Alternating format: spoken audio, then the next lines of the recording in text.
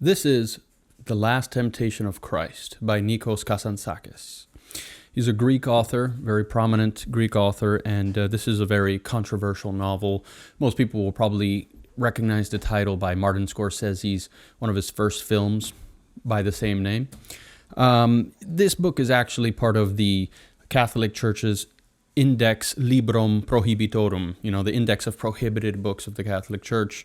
It's also been, banned by the Orthodox Greek Church, as well as by many other Christians and all this for its controversial Christian themes or anti-Christian themes or, mixture of both liberties with the Christian doctrines and dogmas of the life of Jesus Christ.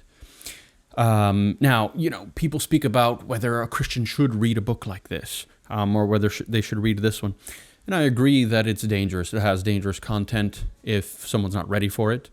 Same reason why someone might not read Friedrich Nietzsche, if they, or Nietzsche, I don't know how it's pronounced correctly. Nietzsche. But, unless they're ready, unless they're prepared, unless they're also, deeply Christian or something, or their faith is more, they're in the battle and the wrestle with God, per se, let's call it. And then, they would go and pick something up, and in my opinion, it might strengthen their faith, actually, instead of weakening it. It'll make it more solid. And I assume, Nikos Kazantzakis, in the beginning of his book, he kind of gives a similar explanation. And he says, quoting from him here in his preface, he says, "The stronger the soul and the flesh, the more fruitful the struggle and the richer the final harmony. God does not love weak souls and flabby flesh."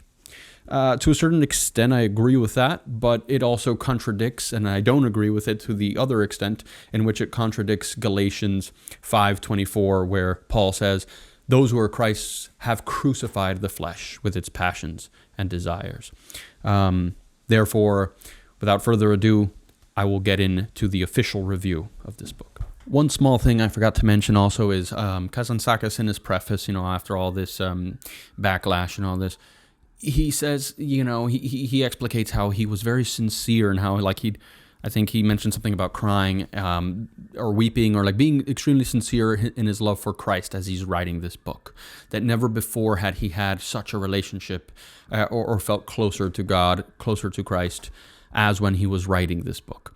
And so that's his preface for, I guess, Christians or people to not completely reject it, or if you're going to, read it, you could see that his sincerity was there. But I don't think that sincerity equates, truth or just oh, okay, yes, I'll give him a chance or something. I guess, it lightens the weight of the controversial stuff that he's speaking about, but it's not going to completely excuse it. I don't think you're washed away from your sins because you were sincere about them, or you're washed away from your heresy because you're sincerely trying to find God. I guess to a certain extent, yes. If you fell into error, but you were sincerely believing this about God or the nature of God or something like that. But anyhow, I guess that's, I'm being way too long-winded about that, but that's just a disclaimer. Written as if it were the gospel of Paulo Coelho, sort of. I recall that researching Coelho once, I stumbled upon a mention of Kazantzakis as one of his major influences.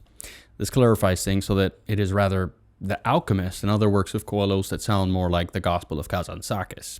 In particular, the writing style of the book and spiritual feverishness seem to have made their way into everything Coelho does. It's a pretty shocking similarity.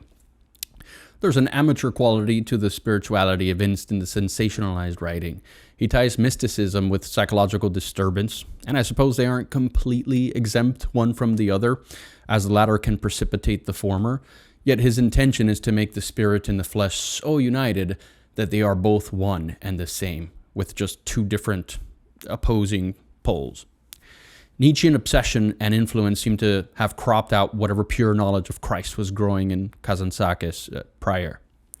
The essential truth of this work is the struggle with the flesh. As his translator notes, that Kazantzakis was able to return to Christ with conviction precisely because he experienced in his own right the temptations which Christ rejected as false saviors. I think most secular Christians need to understand this point clearly. Further, it should be a prerequisite for spiritual growth. However, the major misunderstanding comes when he places Christ as the image of the everyman. His translator similarly saying, "It is paramount that Jesus be constantly tempted by evil in such a way that he feels its attractiveness and even succumb to it, for only in this way can his ultimate rejection of temptation have meaning.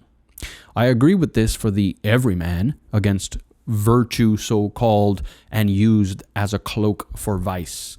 However, for Christ, the dominion over temptation and the common passions happens instantly and continually, simultaneously, as being the Word with the Word. Man shall not live by bread alone.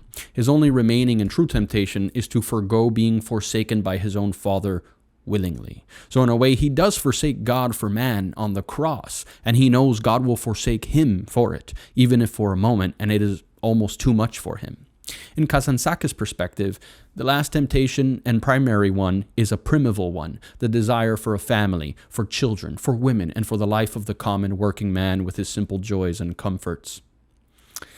Kazantzakis depicts this temptation being fulfilled to Jesus in a psychedelic-like dream, which he has, having fainted on the cross once he's being crucified, and is ultimately awoken from by the sour wine that's offered to him. At which point he is overjoyed, exulting that he's dying on the cross for mankind instead of living a common life. Also, Kazantzakis does have a demon disguised as an angel chaperone him through this dream. There seems to be a lot of contradictions between the flesh and the spirit, and which is the better of the two in Kazantzakis' own intention. Many times, he uses characters to espouse the view that carnal life is the only real life, and that anything else is a madness or illusion, a rejection of the usefulness of metaphysics seen in Nietzsche. Unsurprisingly, that is one of the most common traps in general readings of the Bible. They will make out and judge the biblical God for themselves with their own personalities tied to their own modern upbringings and cultural sensitivities, even betraying an unbeknownst desire for a pop God.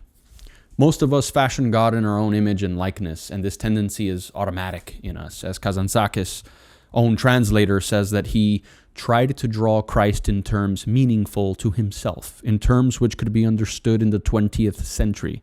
He wished to make Jesus a figure for a new age, while still retaining everything in Christ's legend, which speaks to the conditions of all men of all ages. This is where the doctrine of adoptionism, that Jesus was fully human and not divine, or not divinely directed until he began his ministry and was baptized, inserts itself into the novel, as well as that of the origin of Alexandria doctrine of apokatastasis, or universal reconciliation, that even those in hell will eventually be saved through the infinite mercy of God. The goodness of God prevails over the perfect justice of God. Another is Judas depicted as the secret disciple with the hidden mission, the hidden knowledge, to deliver Jesus unto death, taken from the Gospel of Judas. Though the author flirts with different Gnostic doctrines and long refuted ones, he also contradicts them, since it is not a theological work, but these devices are used, let's say, for creative flair. There are many corny, sensationalized, or flowery writing that the author is justifiably accused of throughout his works by critics, such as this quote by his Jesus: "If I were fire, I would burn. If I were a woodcutter, I would strike, but I am a heart, and I love." Many instances such as this quote, when Martha alludes to him being good, "Yes, good. Good to the best of my ability, Martha, my sister," contradict canonical Jesus completely and blatantly. Unsurprisingly, there is also a direct read into Jesus as the father of Marxism, so that Marxism is rather Jesusism. Communism, socialism are at the foundation of his Jesus teachings, with the phrase, "the kingdom of the poor." There is a fundamental misunderstanding of the Jewish culture and spirit, as if the Old Testament were only casually perused by the author, as many of the personalities and even ideas are essentially Greek, and at times they all resemble Zorba, especially Zebedee and Jonah, Simon Peter's father, as his translator even corroborates my early observation, saying, "The essential Greekness of this novel, which although set in the Holy Land, is peopled by Greeks in disguise." So yes, there you have it. That's a short review of The Last Temptation of Christ by Nikos Kazantzakis. I think that it is creative. There are moments of flair, luminosity, and even spirituality, and even certain aspects that we should wrestle with, and it's sort of like a wrestling with God sort of a thing, yet it does get excessive. There seems to be some filler and that kind of writing. And also when I compared Kazantzakis, or I didn't compare them, I said that Coelho was influenced by Kazantzakis. I'm not comparing them like, oh, they're the same person or something like that. I would attribute Kazantzakis as still being in the realm of general literature, whereas Paulo Coelho is, more of a fantastical, modern novel sort of. There's like multiple markets playing at the same time there, and of course, some of Coelho's work is okay, it's good, it's whatever, but it's not literature. This, is literature. So regardless, would you pick up this book? It's like, I wouldn't necessarily tell you to go run to the bookstore and pick it up, but if you are already kind of like interested in these kind of themes, Nietzschean themes, the spirit and the flesh kind of thing, then maybe, but it's not something that I would tell anybody. And no, it's a beautiful work in lots of degrees, but it's not at the top of the list that you read before you die, or if you abstain from this one, you're going to be just fine. There's plenty of much greater literature, and I would actually recommend Zorba the Greek, Nikos Kazantzakis' most popular work, to be far superior to this one. So thanks for watching. Remember to subscribe, and see you soon.